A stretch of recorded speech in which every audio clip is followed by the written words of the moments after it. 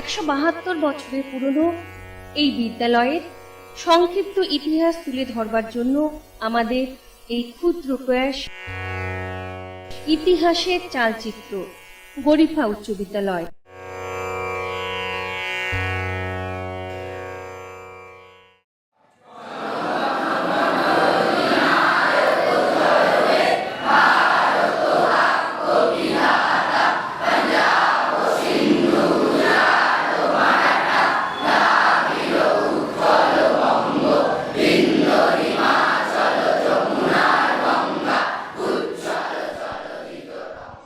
নবহট্ট বর্তমানে নৈহাটির কাছাকাছি গঙ্গার তীরবর্তী একটি প্রাচীন জনপদ গৌরীভা, যা বর্তমানে পরিচিত গরিফা নামে।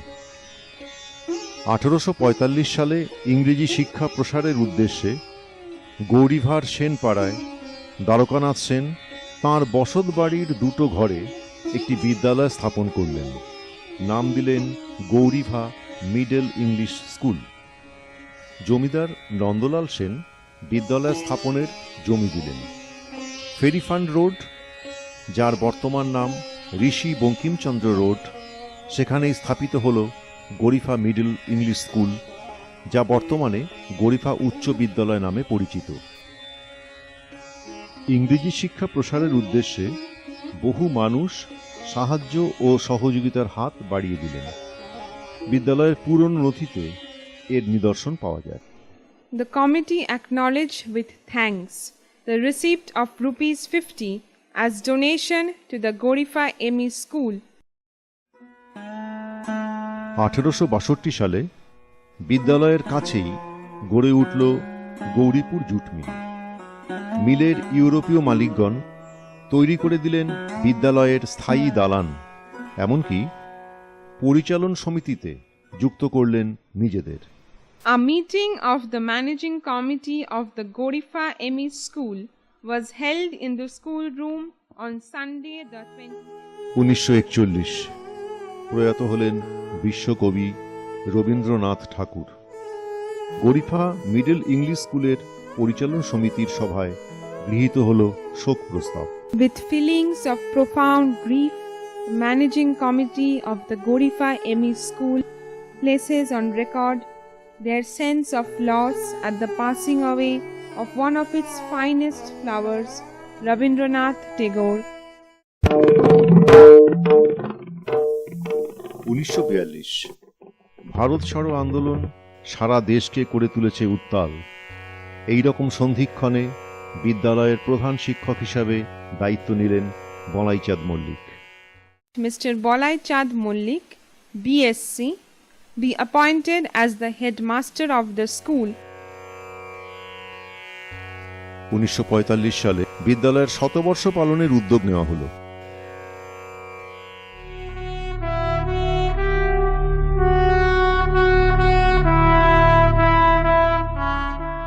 1947 সালে ভারত স্বাধীন হলো।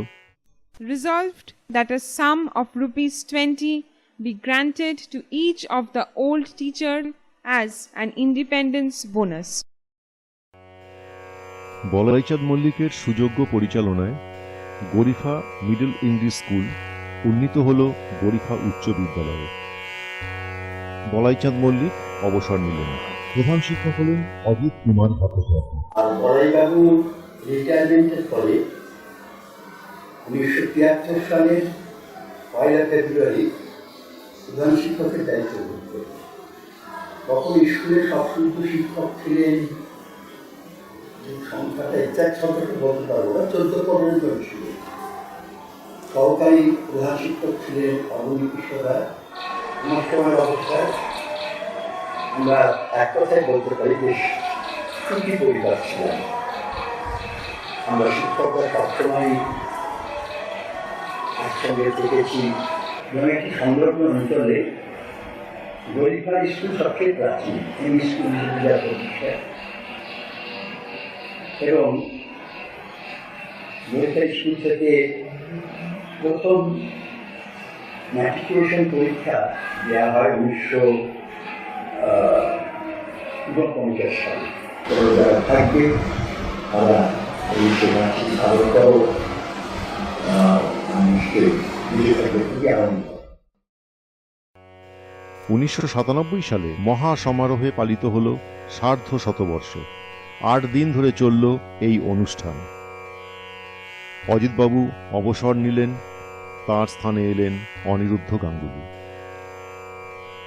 তিনিও সচেষ্ট ছিলেন গরিফা উচ্চ বিদ্যালয়ের অতীত গৌরব ও ঐতিহ্যকে অক্ষুণ্ণ রাখতে।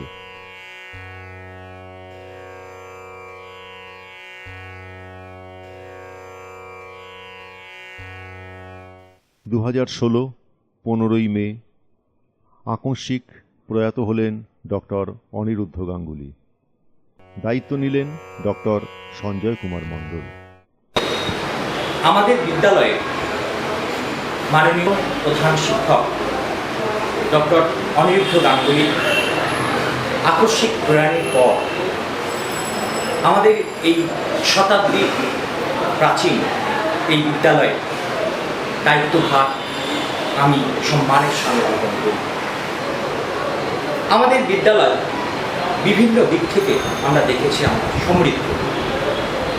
যেমন আমি বলতে পারি আমাদের বিদ্যালয়ে যে সমস্ত বিভাগগুলো রয়েছে, ভূগোল, বিজ্ঞান গবেষণাগার, আছে কম্পিউটারের সুন্দর একটা রুম যেখানে ছেলে মেয়েদের কম্পিউটারের প্রশিক্ষণের ব্যবস্থা আমরা করে থাকি। আমাদের বিদ্যালয়ে মাননীয় শিক্ষক শিক্ষিকা এবং শিক্ষাকর্মীরা যথেষ্ট দক্ষতার সঙ্গে কাজ করে চলেছে। আমাদের সাধ্য খুবই সীমিত। আমরা চেষ্টা করি আমাদের বিদ্যালয়ে যে মিড ডে মিল আছে সেই মিড ডে মিলে ছাত্রছাত্রীদের যে খাওয়ার ব্যবস্থা আমরা রেখেছি সেখানে পুষ্টিকর খাদ্য তাদেরকে প্রতিদিন সরবরাহ করার ব্যবস্থা আমরা রেখেছি। বিদ্যালয়ে যথেষ্ট উদ্দীপনার সঙ্গে আমরা বিভিন্ন অনুষ্ঠান বছরের শুরু থেকেই আমরা পালন করি। তার মধ্যে উদাহরণ হিসাবে আমরা বলতে পারি ভাষা দিবস, রবীন্দ্র জয়ন্তী, হিরোশিমা দিবস,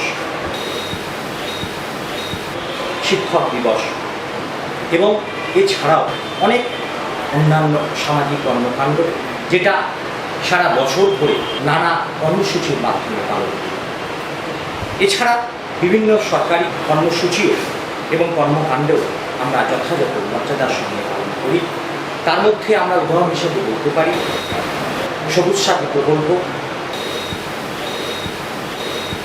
কন্যাশ্রী প্রকল্প, শিক্ষাশ্রী, এছাড়া সংখ্যালঘু ছোট ছোট ভাই বোনেদের যারা ছাত্রছাত্রী আমাদের আছে তাদের যে উন্নয়ন প্রকল্প সেটাও আমরা আমাদের বিদ্যালয়ে করে থাকি। গত 8ই আগস্ট থেকে 13ই আগস্ট পর্যন্ত নির্মল বিদ্যালয় অভিযান আমরা করেছি। দুস্থ এবং কৃতি ছাত্রছাত্রীদের বিভিন্ন ক্ষেত্রে সাহায্যের জন্য আমরা হাত বাড়িয়ে দিই এবং তাদের পাশে আমরা সর্বদাই থাকি। সমস্ত বিভাগ ভুলে আমরা আগামী দিন একসাথে আমাদের এই সোনালী ভোরের আশায় আমাদের এই পথ চলা। আমাদের বিশ্বাস, আমাদের আশা আগামী দিন আমাদের এই গরিফা উচ্চ বিদ্যালয়কে মাথা তুলে দাঁড়াবে বিগত বছরের মধ্যে। এই ক্ষেত্রে আমরা আমাদের বিদ্যালয়ের সকলের পক্ষ থেকে কামনা করব আমাদের মাননীয় বিধায়ক পার্থ ভৌমিক মহাশয় এবং আমাদের মাননীয় পৌর প্রধান অশোক চট্টোপাধ্যায় মহাশয় আমাদের পাশে থাকবেন এবং তাদের সক্রিয় ভূমিকা পালন করে তারা আমাদের সাহায্যের হাত বাড়িয়ে দেবেন।